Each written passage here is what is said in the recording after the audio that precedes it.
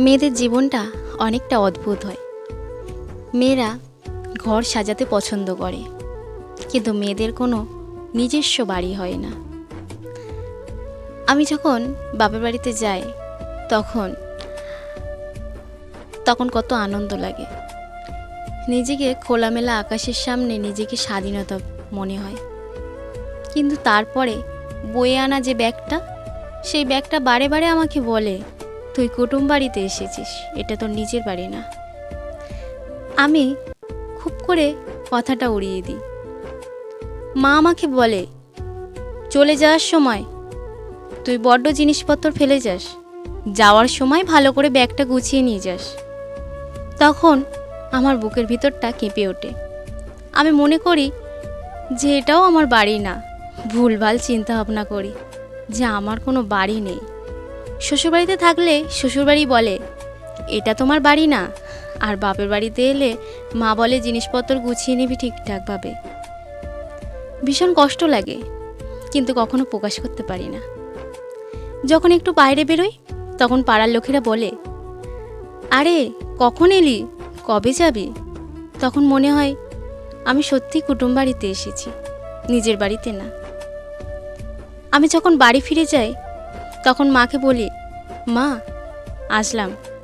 মা তখন বলে, ঠিকঠাক জিনিসপত্র গুছিয়ে নিয়েছিস তো? তখন আমার বুকের ভিতরটা কেঁপে ওঠে। আমি কি করে বোঝাবো আমার মাকে সবচেয়ে মূল্যবান জিনিসটা আমি যে আমার বাড়িতেই ফেলে যাচ্ছি, সেই জিনিসটা না পারি নিয়ে যেতে, আর না মনকে বোঝাতে পারি। জানেন তো, শ্বশুরবাড়ি নামক বিদ্যালয়টা ভীষণ ভালো। সেখানে সারা দিন তুমি কাজ করে যাও, কিন্তু কারোর কাছ থেকে কোনো প্রশংসাকে তুমি পাবে না। তুমি একদিন কাজ করো, নাই বা করলে, কিন্তু 10 দিন যদি ভালো কাজ করো, সেই 10 দিনের কাজটা সবাই ভুলে যাবে। আর একদিন যদি তুমি কাজ না করো, তাহলে সেটা সবাই মনে রাখবে। এটা হচ্ছে শ্বশুরবাড়ি, যেখানে আমার ভুল সবাই দেখে, সবার ভুলগুলো আমি ধরতে পারি না। এটা আমার কোনো অধিকার নেই। জানেন তো, আমি যখন বাপের বাড়িতে যাই তখন সেই স্কুল, মাঠ ঘাট, কত আনন্দ। ছোটোবেলায় বন্ধুদের সাথে ঘুরতাম, আর সেসব বান্ধবী অন্য জায়গায় শ্বশুরবাড়িতে হয়ে গেছে। যখন যাই তাদের সাথে খুব একটা দেখা হয় না, তাই কথা বলা হয় না।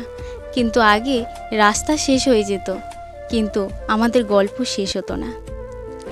জানেন তো, মাকে যখন বলি শ্বশুরবাড়িতে অনেক ঝামেলা হয়েছে, মা তখন বলে, এই তো সবে শুরু জীবন, আর একটু দেরি কর, দেখবি জীবনটা মানিয়ে নে, আস্তে আস্তে সব ঠিক হয়ে যাবে। কিন্তু আমি মাকে বোঝাতে পারি না যে আমি যে মানিয়ে নিতে নিতেই আমার জীবনটা যে ভেতর থেকেই শেষ হয়ে যাচ্ছে, এটা আমি বোঝাতে পারি না। আজকের ভিডিওটা এখানেই শেষ। ভালো লাগলে অবশ্যই লাইক করবেন। নেক্সট ভিডিও পাওয়ার জন্য অবশ্যই কমেন্ট করবেন। আপনারা দেখছেন পিয়া রয় লাইফস্টাইল।